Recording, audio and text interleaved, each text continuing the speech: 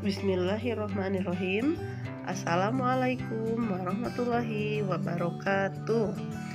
Alhamdulillah, hari ini kita bertemu lagi dalam pembelajaran tematik di tema 4H.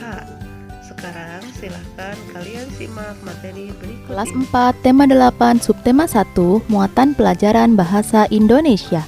Unsur-unsur teks atau cerita fiksi. Pernahkah kalian membaca cerita, legenda, atau dongeng binatang? A. Pengertian teks atau cerita fiksi. Cerita fiksi atau teks fiksi adalah cerita rekaan atau didasari dengan angan-angan dan bukan berdasar kejadian nyata, hanya imajinasi pengarang. B. Ciri-ciri cerita fiksi. A. Bersifat rekaan atau imajinasi pengarang. B. Bahasa konotatif atau tidak sebenarnya. C. Tidak memiliki sistematika baku. D. Memiliki amanat atau pesan moral.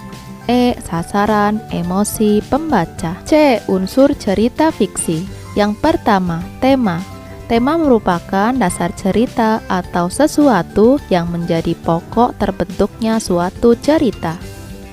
2. Tokoh, pelaku cerita atau sesuatu yang mengalami peristiwa di dalam cerita. 3. Alur. Alur merupakan rangkaian peristiwa atau kejadian yang terdapat dalam suatu cerita. 4. Latar. Latar merupakan keterangan yang menjelaskan keadaan cerita, dapat tempat, waktu, dan suasana. 5. Watak. Watak merupakan sikap dan sikap tokoh dalam sebuah cerita fiksi. 6. Amanat. Amanat merupakan pesan yang terkandung dalam cerita. D. Jenis-jenis cerita fiksi. 1. Cerita jenaka. Merupakan cerita pendek yang berisi kebodohan atau kecerdikan seseorang dan menimbulkan senyum atau tawa bagi pembaca atau pendengar. Contoh cerita jenaka adalah Pak Pandir dengan Buyung Emas serta Pak Lebay Malang. Yang kedua, jenis cerita fiksi mite. Mite merupakan cerita yang berhubungan dengan kepercayaan suatu benda, peristiwa gaib atau alam gaib yang dipercayai mempunyai kekuatan gaib. Contohnya Jaka Tarub dari Jawa Tengah, cerita Timun Emas dari Jawa Tengah. Selanjutnya adalah fabel. Fabel merupakan cerita dengan binatang yang diceritakan hidup dan bermasyarakat seperti manusia. Yang keempat adalah legenda. Cerita lama yang mengisahkan riwayat terjadinya suatu tempat, wilayah, atau asal-usul daerah tertentu. Contoh dari fabel adalah dongeng kancil dan buaya. Contoh dari legenda adalah Sangkuriang atau terjadinya tangkuban perahu, serta legenda Danau Toba.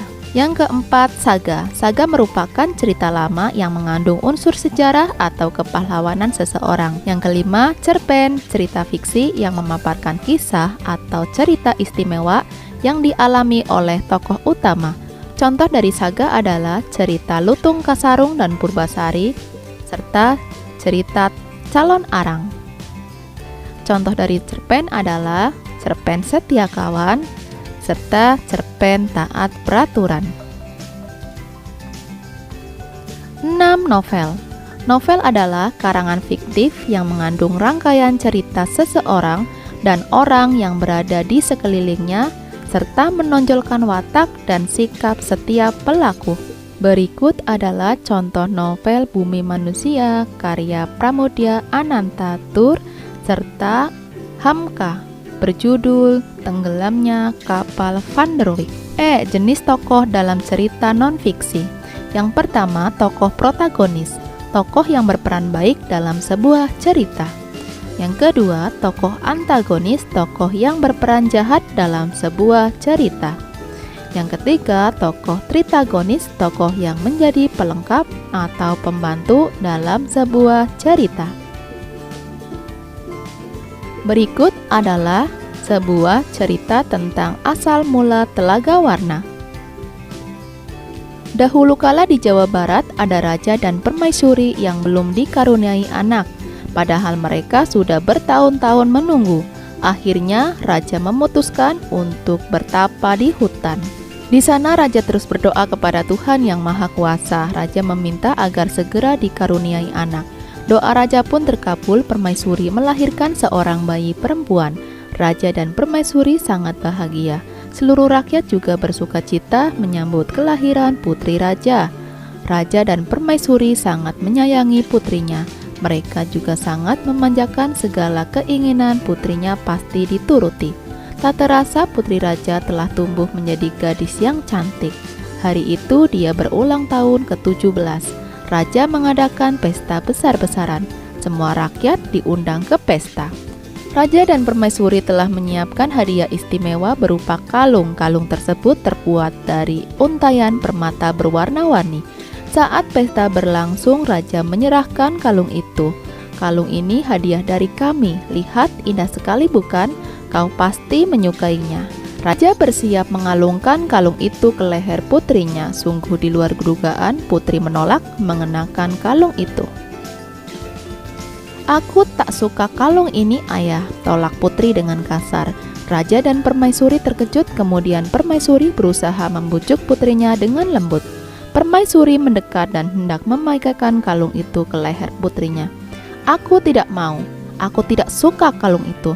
Kalung itu jelek, teriak putri sambil menepis tangan permaisuri. Tanpa sengaja kalung itu terjatuh, permata-permatanya tercerai-berai di lantai.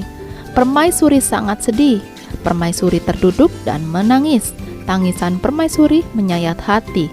Seluruh rakyat yang hadir turut menangis.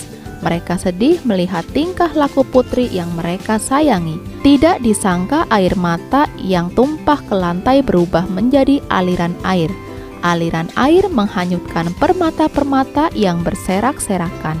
Air tersebut mengalir keluar istana dan membentuk danau. Anehnya, air danau berwarna-warni seperti warna-warna permata kalung putri. Kini danau itu dikenal dengan nama Telaga Warna. Tugas hari ini silakan kalian kerjakan. Ayo jawab dan ayo berlatih pada halaman 58 buku tema 4H.